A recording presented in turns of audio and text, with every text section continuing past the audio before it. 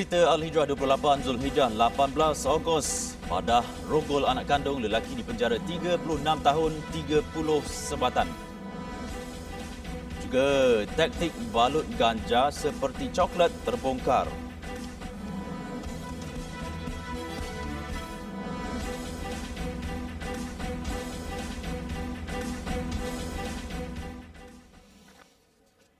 Bismillahirrahmanirrahim. Assalamualaikum warahmatullahi wabarakatuh. Berita Al-Hijrah malam ini bersama saya Ardi Herman Marzi. Padah merogol anak kandung yang juga kanak-kanak bawah umur seorang bapa dipenjara 36 tahun dan 30 sebatan oleh Mahkamah Session Besut, dan keputusan itu dibuat selepas tertuduh yang berusia 51 tahun didapati bersalah atas 3 pertuduhan rogol. Menurut pertuduhan, lelaki itu didakwa merogol anak perempuannya yang ketika itu berusia 10 tahun sebanyak 3 kali antara Januari 2017 hingga April 2018. Perbuatan terkutuk itu dilakukan di ruang tamu kediaman tertuduh di Caluk Setiu antara jam 10 malam hingga 1 pagi. Mahkamah menetapkan hukuman 18 tahun penjara dan 10 sebatan bagi pertuduhan pertama dan kedua dan 10 tahun penjara serta 10 sebatan bagi pertuduhan ketiga. Hukuman penjara bagi pertuduhan pertama dan kedua berjalan berasingan, sementara bagi pertuduhan ketiga berjalan serentak dengan 2 pertuduhan terdahulu. Mahkamah membenarkan penangguhan hukuman untuk pihak pembelaan memfailkan rayuan di Mahkamah Tinggi. Kes didakwa di bawah Seksyen 376-3 Kanun Keseksaan yang memperuntukkan hukuman penjara hingga 30 tahun dan tidak kurang 10 sebatan. Kes dikendalikan Timbalan Pendakwa Raya Nur Zafirah Rosli dan tertuduh diwakili Peguam Cik Amir Cik Musa. Sementara itu di Kuantan, Pahang, seorang pekerja kedai makan dihadapkan ke Mahkamah Session pagi tadi atas pertuduhan rogol remaja bawah umur. Tertuduh Muhammad Naim Hakim Muhammad, 20 tahun, bagaimanapun mengaku tidak bersalah.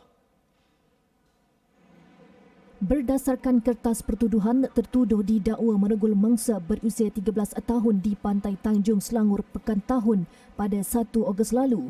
Tertuduh didakwa mengikut Seksyen 376-1 Kanun Keseksaan. Sabit kesalahan boleh dihukum penjara sehingga 20 tahun dan sebat. Hakim menetapkan jaminan sebanyak RM7,000. Kes dikendalikan Timbalan Pendakwa Raya Sharifah Syuhada Tuan Mamat, manakala tertuduh tidak diwakili peguam.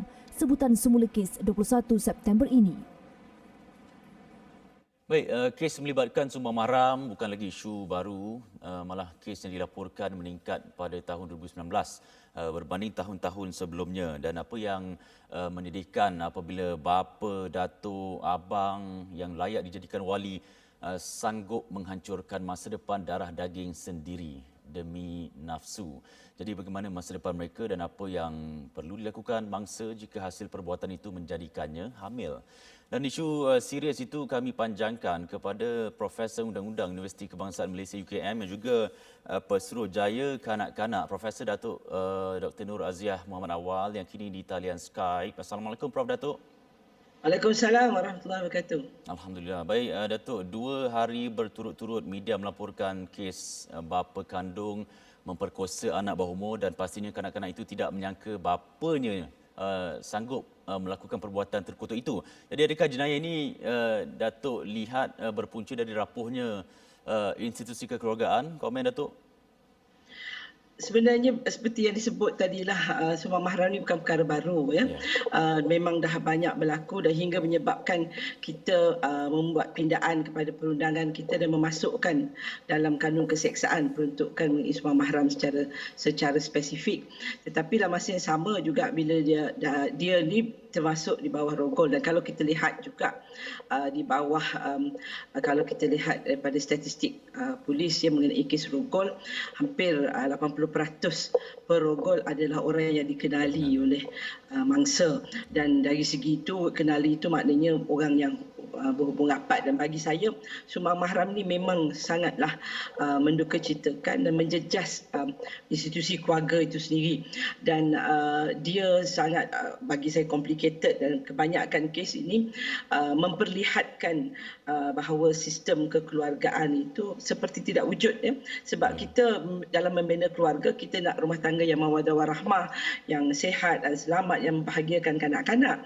Tapi dalam masa yang sama bapa adalah pelindung ya yang disebut dalam Al-Quran, pelindung kepada anak-anak. Jadi bagaimana seorang lelaki yang dianggap pelindung itu memusnahkan masa depan anak dia sendiri. Jadi dari segi itulah saya rasa bahawa dia ada kaitannya dengan latar belakang dan kehidupan, dan bagi saya secara peribadi ia sangat berhubung rapat dengan kehidupan beragama, kerana perkara ini adalah perkara yang sangat-sangat dilarang oleh agama kita, dan dari segi itu perogol ini merogol anak dia sendiri, dan itu sedang bagi saya itu sesuatu yang tak sepatutnya berlaku. Baik, paling menyedihkan Datuk ya, ada kes bapa rogol anak ni sehingga menjadikannya hamil. Jadi nasihat Datuk, apa tindakan yang perlu dibuat ke atas mangsa khususnya yang di bawah umur ni mengikut undang-undang sedia ada, dan mengambil kira juga kesan emosi mereka, Datuk? Kita yang perlu ingat ya, dalam kes bila anak yang mangsa yang dirogol itu sampai dia hamil dan anak dalam kandungan tu tak berdosa, kita kena ingat perkara pertama tu, anak dalam kandungan tu tak berdosa. Dan yang keduanya ialah, bagi saya anak itu kalau lahir pun dia memang akan mengalami banyak masalah dari segi hubungan dia dengan ibu dan sebagainya. Jadi bagi saya mangsa rogol yang sampai mengandung itu patut diberikan bantuan, dan sepatutnya mereka ni diletakkan di bawah jagaan Jabatan Kebajikan Masyarakat lah, dipantau, terutamanya yang saya tahu memang bawah 16 tahun memang diletakkan di rumah-rumah di bawah institusi kebajikan masyarakat, dan mereka perlu diberikan kaunseling yang berpanjangan, kerana perkara ini bukan perkara yang mudah untuk dia lupakan.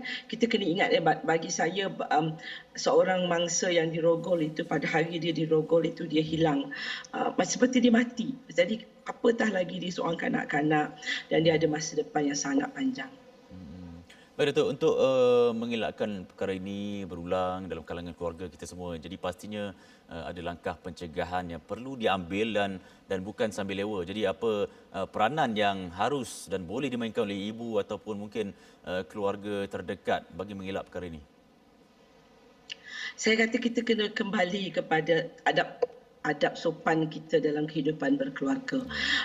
Itu perkara yang pertama, dan juga cara kita menjalankan kehidupan kita. Saya rasa kalau kita ni taat kepada Allah dan takut kepada hukuman di akhirat itu, kita patutnya berpegang kuat kepada ajaran agama, dan kalau kita itu berpegang kuat, beriman kepada Allah, tentunya bagi saya kita tidak melakukan perkara-perkara yang mungkar ini. Itu perkara pertama. Yang kemudiannya, hubungan dalam kekeluargaan itu juga, ibu mestilah sentiasa peka. Bagi saya itu tanggungjawab ibu. Tapi malangnya saya dapati daripada beberapa kes yang datang kepada saya, ibu ini terperangkap dalam emosi dia sendiri bila suaminya melakukan hubungan seks dengan anak dia. Kadang-kadang rasa itu kegagalan dia, dan dalam banyak masa ya, ibu ini merasakan bahawa perkara itu salah anak dia menjadi satu perkara yang bertentangan, dan akhirnya anak itu tak tempat untuk mengadu. Ada banyak kes juga di mana bila anak mengadu kepada ibu tidak pedulikan ataupun tidak percaya kepadanya. Jadi itu menyebabkan ramai mangsa itu paksa melarikan diri dan mencari perlindungan. Bagi saya perkara yang pertama sebagai seorang ibu, kita mesti mengajar anak kita dari segi adab sopan dalam rumah, cara berpakaian, dan juga suami ini sebagai suami sepatutnya lah sebagai bapa, dia yang patut membimbing anak dan isteri ke jalan Allah, dan dari segi itu tak sepatutnya berlaku perkara-perkara seperti ini. Jadi dari segi itu saya rasa mangsa kalau dah terjadi, patutnya Jabatan Kebajikan Masyarakat, yang setahu saya mereka diambil dan diletakkan bersama orang yang boleh dipercayai, dan kalau tak ada, mereka akan ditempatkan di institusi JKM supaya mereka boleh dibantu secara kaunseling. Tapi untuk dari segi pencegahan itu, kita sama-sama. Ini macam COVID, kita jaga kita. Dan sebagai ibu, kita lah orang yang paling rapat dengan anak kita. Dan kita mesti sentiasa cemburu. Bagi saya cemburu ni bukan tak bertempat, tapi kita kena tengok juga aktiviti-aktiviti suami kita. Kerana perogol ini adalah suami dan bapa kepada anak. Jadi kalau kita dah tahu, kita tak ambil tindakan, bagi saya kita adalah seorang ibu yang cuai dalam melaksanakan tanggungjawab kita. Jadi kita kena pergi buat laporan polis. Ramai pun tak nak pergi sebab dia kata dia tak nak suami dia kena tangkap. Dan saya juga meminta lah bila kes-kes seperti ini dibawa ke mahkamah supaya gambar bapa dan sebagainya tidak ditunjukkan supaya orang tak tahu siapakah mangsa dan latar belakang dia. Sebab itu sangat penting kepada anak ini dan keluarganya. Baik Prof, terima kasih banyak atas ulasan dan perkongsian. Itu dia Profesor Datuk Dr. Nur Raziah Muhammad Awal yang juga Pesuruhjaya Kanak-kanak berbicara tentang sumbang mahram. Baik, kita ke laporan berikutnya. Balut ganja menyerupai bungkusan coklat antara modus operandi geng Halim bagi menyeludup dadah ke Pusat Tahanan Reman Negeri. Dan sindiket itu bagaimanapun tumpas dalam 22 serbuan di beberapa kawasan di Johor sejak 11 Ogos hingga semalam. Ketua Polis Johor Datuk Ayub Khan Maidin Pichai berkata sindiket itu dipercayai mempunyai rangkaian penyeludupan dadah ke negara jiran Indonesia. Tambah Datuk Ayub Khan, penyeludupan dadah ke pusat tahanan dilakukan dengan licik di mana sindiket mengambil peluang ketika ahli keluarga orang kena tahan OKT datang melawat. OKT kemudian bertindak menelan dadah, membuang air besar dan dadah akan keluar bersama najis. Dalam serbuan di sekitar Johor Bahru, Iskandar Puteri, Pontian dan Kota Tinggi, polis menahan 23 ahli sindiket berumur 31 hingga 50 tahun dan saki-baki sindiket berkenaan sedang dijejaki. Kita yakin ada link dengan pengedaran ke Indonesia lah. Sindiket ni besar ni. Kita masih lagi mengesan saki-baki yang ada ni. Sebab dadah ni dia orang dapat daripada KL. KL turun ke Johor lah. Datuk, sindiket dadah ni beroperasi dekat rumah atau dan rumah kita dekat makmal tu macam mana? Kita tak dapat mengesan makmal. Sebab kita dadah ni yang kita dapat sekarang ni dia ambil daripada KL. So, dia orang hanya mengedar untuk lokal punya ni dan juga kita percaya mungkin di sloop keluar ke Indonesia. Antara yang ditahan termasuklah ketua geng berkenaan dikenali sebagai Halim dan 2 wanita masing-masing warga Indonesia dan Vietnam. Hasil saringan urin, 19 suspek positif metafetamin dan ketamin. Manakala 20 suspek turut mempunyai rekod jenayah lampau berkaitan dadah dan jenayah. Pelbagai jenis dadah dirampas dalam serbuan itu termasuk ganja, heroin, syabu, ketamin dan 400 pil yaba bernilai RM170,052. Turut disita barangan kemas, 16 buah kenderaan, 6 motosikal, wang tunai dan 3 akaun bank bernilai RM588,094. Kes disiasat di bawah Seksyen 39B Akta Dadah Berbahaya 1952, Seksyen 12-2, Seksyen 15-1-A Akta Sama serta Seksyen 6-1-C Akta Imigresen 1959-63.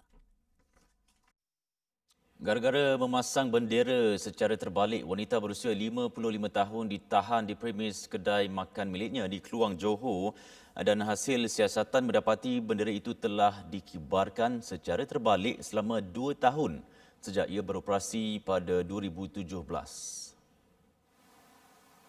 Kalau tengok ni akta yang kita gunakan ni lain. Sebelum ni kita guna Seksyen 504 atau 233. Yang ni kita guna akta Seksyen 5 Akta Lambang. Hukumannya lebih berat, RM20,000 atau penjara tidak melebihi 3 tahun atau kedua-duanya sekali. Ini serius tuan-tuan. So, hati-hati pasang bendera. Tidak faham, tanya orang. Tidak ada alasan lagi tak faham, terlupa, tak tahu nak pasang bendera. Tuan. Bendera Malaysia dah 63 tahun, mereka pun tak tahu lagi. Terbalik, tak terbalik. Macam mana jadi rakyat Malaysia? Tambah Dato' Ayub, bendera terbabit dirampas dan keterangan suspek telah diambil. Suspek akan didakwa di bawah Seksyen 5 Akta Lambang dan Nama iaitu penggunaan tidak wajar pindaan 2017. Jika sabit kesalahan, boleh didenda tidak melebihi RM20,000 atau penjara atau keduanya. Pada 11 Ogos lalu, Polis Johor telah menahan 4 suspek di kawasan perindustrian Tebrau selepas premis terbabit mengibarkan jalur gemilang dan bendera Johor secara terbalik. Lelaki berusia 54 tahun dikuatiri lemas selepas dilihat terjun dari Jambatan Pulau Pinang di kilometer 7.4 arah Georgetown menghala ke seberang Perai tengah hari tadi. Tindakan lelaki itu disaksikan orang awam yang melalui lokasi berkenaan. Jurucakap Pusat Gerakan Operasi PGO Jabatan Bomba dan Penyelamat Malaysia JPPM Pulau Pinang berkata pihaknya menerima panggilan kecemasan jam 1.05 tengah hari sebelum anggota Balai Bomba dan Penyelamat BBB Jalan Perak dikerah ke lokasi. Lelaki yang dikenali sebagai Si Eng Guan dilapor meninggalkan dompet dan motosikalnya di jambatan itu sebelum dilihat terjun. Sehingga kini operasi mencari dan menyelamat SAR masih dijalankan.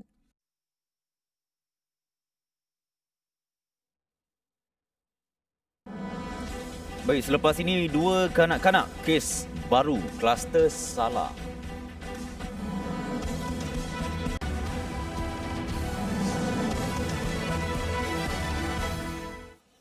Dua kanak-kanak berusia 2 dan 3 tahun merupakan mangsa terbaru kluster Salah yang dikesan di Kedah dan ia sekaligus menjadikan jumlah keseluruhan kes positif COVID-19 kluster tersebut 8. Selain kluster Salah, satu lagi kluster aktif di Kedah iaitu kluster Tawa merekodkan satu kes positif membabitkan seorang remaja 18 tahun. Ketua Pengarah Kesihatan Tan Sri Dr. Nur Hisham Abdullah berkata 3 kes itu adalah sebahagian daripada 7 kes positif baru pada Rabu lepas yang turut melibatkan 4 kes import. Siasatan awal ke atas kes positif kluster Salah mendapati penularan jangkitan mungkin berpunca daripada amalan melawat hospital. Kesemua ahli keluarga yang telah pergi bersama kes indeks untuk menziarahi pesakit telah dikesan positif. Jangkitan COVID-19 seterusnya telah merebak kepada kontak-kontak rapat kes indeks dan ahli keluarga beliau. Dikuatiri amalan melawat pesakit di hospital mungkin menyumbang kepada penularan jangkitan memandangkan di hospital terdapat banyak penyakit dan mengundang risiko jangkitan. 7 kes baru COVID-19 dilaporkan hari ini. Tindakan seorang penjaga pintu masuk pasar awam yang menggunakan air paip bagi menggantikan cecair pembasmi kuman mengundang padah apabila dia di kompaun RM1,000. Individu berusia 38 tahun itu dikenakan tindakan di bawah Akta 342 Pencegahan dan Pengawalan Penyakit Berjangkit 1988 kerana tidak mematuhi prosedur operasi standard SOP Kementerian Kesihatan. Perbuatan itu dilakukan di pintu masuk pasar awam di Lunas Kedah dan berjaya dikesan menerusi operasi pemantauan pihak berkuasa antaranya Pejabat Kesihatan Daerah Kulim, Angkatan Pertahanan Awam dan Majlis Daerah Kulim. Sementara itu, menurut Ketua Polis Daerah Kulim, Superintendent Azhar Hashim, operasi seumpama itu tertumpu di kawasan yang mempunyai kes jangkitan COVID-19. Di mana kita kesan alat-alat sanitizer ni, di mana pihak kedai tidak menyediakan dengan sebaiknya. So langkah-langkah ini perlulah sebagaimana yang ditekankan oleh kita punya pihak kerajaan kita. So saya mengharapkan pelanggan-pelanggan yang hadir di kedai-kedai ini mematuhilah SOP-SOP ini dan saya lihat kebanyakan pemakaian pelitup muka ni memang dipatuhi sepenuhnya. So saya harap benda ni akan dapat diteruskan dan kita daripada agensi-agensi kerajaan dan juga lain-lain agensi akan terus memastikan SOP ini dipatuhi sepenuhnya. Sebanyak 65 kompaun telah dikenakan bermula 10 Jun sehingga 31 Ogos atas pelbagai kesalahan, antaranya tidak menyediakan cecair pembasmi kuman dan buku catatan di premis, tidak memakai pelitup muka dan tiada penjarakan fizikal. 3 pasukan pemantau telah dikerahkan sepanjang 24 jam bagi memastikan masyarakat mematuhi SOP dan menjaga diri sendiri. Setakat semalam, 21 kes COVID-19 dicatatkan di daerah berkenaan. Aktiviti sukan dan ko-kurikulum di luar bilik darjah bagi pelajar di sekolah dibenarkan bermula 1 September ini Menurut Menteri Kanan Pertahanan Datuk Seri Ismail Sabri Yaakob, kebenaran itu bagaimanapun bergantung kepada garis panduan tertentu, antaranya kebenaran ibu bapa serta penjarakan fizikal. Antara garis panduan yang perlu dipatuhi termasuk mendapatkan kebenaran bertulis ibu bapa. Jadi ibu bapa mesti beri kebenaran sebelum mereka terlibat dalam aktiviti. Menggunakan bilik mandi persalinan dihadkan mengikut kapasiti. Ini antara yang kita luluskan. Memastikan penjarakan fizikal 1 hingga 3 meter bagi aktiviti statistik dan 3 hingga 5 meter bagi aktiviti dinamik. Peralatan perlu dibersihkan dan disanitasi. Garis panduan itu merangkumi pelaksanaan aktiviti sukan dan kokurikulum secara bersemuka termasuk amali di luar bilik darjah bagi mata pelajaran pendidikan jasmani dan pendidikan kesihatan dan sains sukan. Tambah Datuk Seri Ismail Sabri, mesyuarat khas juga telah meneliti dan meluluskan garis panduan pengajaran dan pembelajaran PDP amali teknikal dan vocational yang juga berkuat kuasa 1 September. Ia melibatkan lebih 89 buah kolej vocational serta sekolah menengah kebangsaan serta sekolah menengah teknik terpilih. Beliau berkata demikian pada sidang media di Parlimen petang tadi. Di Mahkamah Session Seremban, seorang pemilik syarikat mengaku tidak bersalah atas 22 pertuduhan pengubahan wang haram. Tertuduh Chua Boon Leng, 54 tahun, didakwa menggunakan akaun syarikat dan akaun peribadi miliknya bagi pengubahan wang haram hasil daripada penyeludupan rokok menggunakan stem cukai palsu sejak 6 tahun lalu. Tertuduh mengaku tidak bersalah selepas semua pertuduhan dibacakan jurubahasa dalam bahasa Mandarin di hadapan Hakim Diana Mat Razali. Mengikut pertuduhan pertama hingga ke-18, tertuduh didakwa melakukan aktiviti haram itu menerusi akaun semasa Maybank, CIMB dan Hong Leong Bank miliknya dan akaun Maybank milik syarikat. Manakala bagi pertuduhan ke-19 hingga ke-21, tertuduh didakwa melakukan kesalahan sama dengan memindahkan wang berjumlah RM550,000 daripada akaun Maybank miliknya ke dalam akaun CIMB miliknya. Semua kesalahan itu didakwa dilakukan pada 1 Oktober 2014 hingga 24 Mei 2019 di Maybank Berhad Cawangan Seremban 2, CIMB Bank Berhad Seremban 2 dan Hong Leong Bank Berhad Seremban 2. Syarikat milik tertuduh dikatakan menjual rokok yang dilekatkan dengan stem cukai palsu sebelum dipasarkan kepada peruncit di sekitar Negeri Sembilan di bawah harga pasaran minimum. Tertuduh didakwa mengikut subseksyen 4-1-B Akta Pencegahan Pengubahan Wang Haram, Pencegahan Pembiayaan Keganasan dan Hasil daripada Aktiviti Haram 2001, Akta 613. Jika sabit kesalahan, tertuduh boleh dihukum penjara sehingga 15 tahun dan denda 5 kali ganda jumlah hasil daripada aktiviti haram atau peralatan kesalahan atau 5 juta ringgit yang mana lebih tinggi. Tertuduh dibenarkan diikat jamin RM80,000 bagi kesemua pertuduhan dengan seorang penjamin. Sebutan semula kes ditetapkan 15 September ini.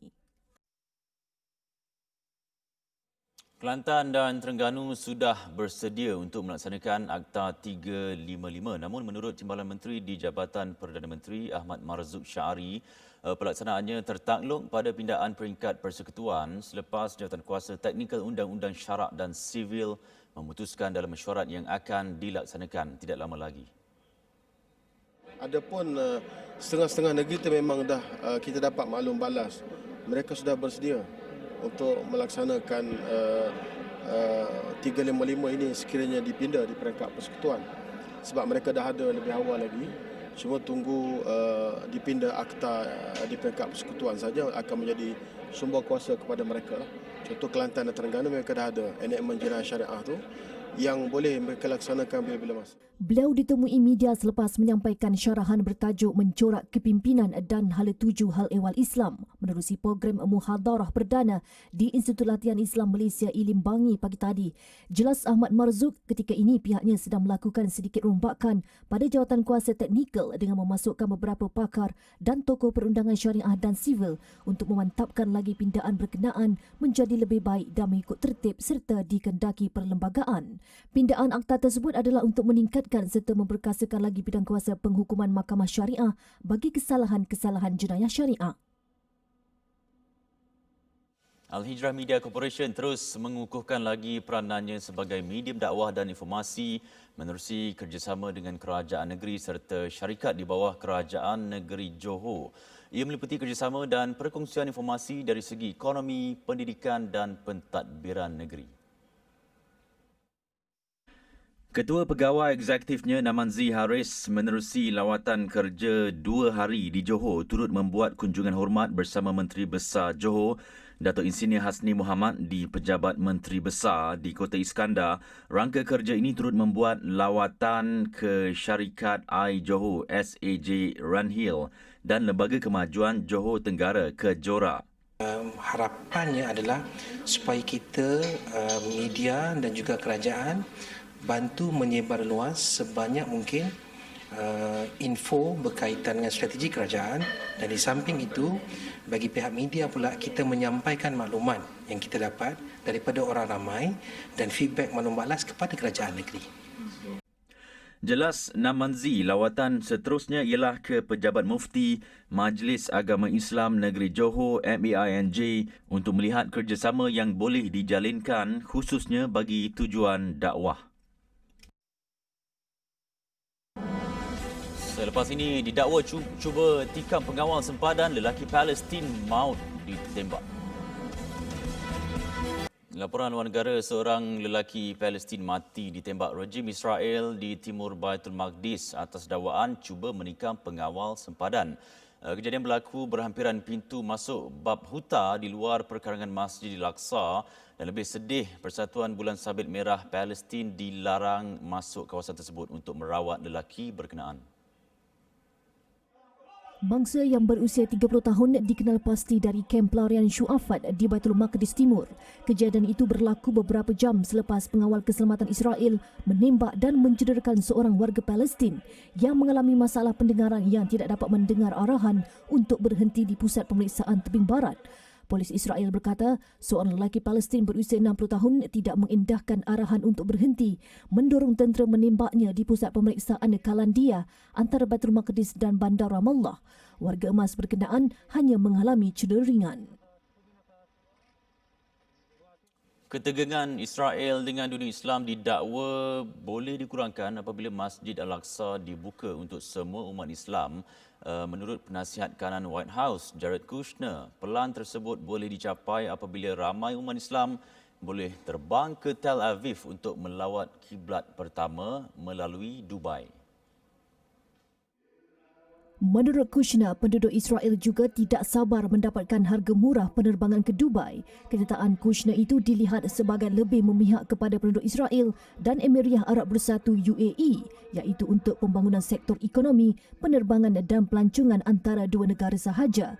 Kebajikan umat Islam sekali lagi dipersoalkan kerana kawasan di sekitar Masjid Al-Aqsa sering menjadi tumpuan tentera Israel melepaskan tembakan, lebih-lebih lagi ketika hari Jumaat.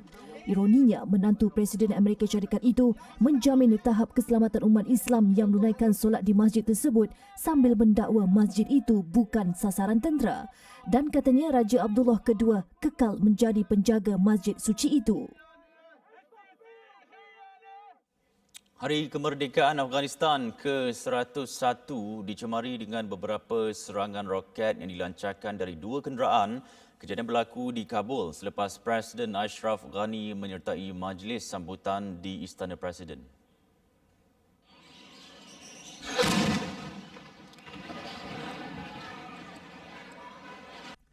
Setakat berita ini ditulis, tiada laporan kecederaan atau kematian dilaporkan. Menurut saksi, beberapa roket jatuh berhampiran istana, pejabat Kementerian Pertahanan dan rumah beberapa duta. Serangan berlaku selepas kerajaan Afghanistan dan Taliban setuju untuk memulakan pelan damai. Rundingan akan bermula selepas Kabul membebaskan 400 banduan Taliban. Baik, sekian berita Al-Hijrah untuk malam ini. Saya Ardi Rahman. Kita jumpa lagi. Assalamualaikum warahmatullahi wabarakatuh. Selamat malam.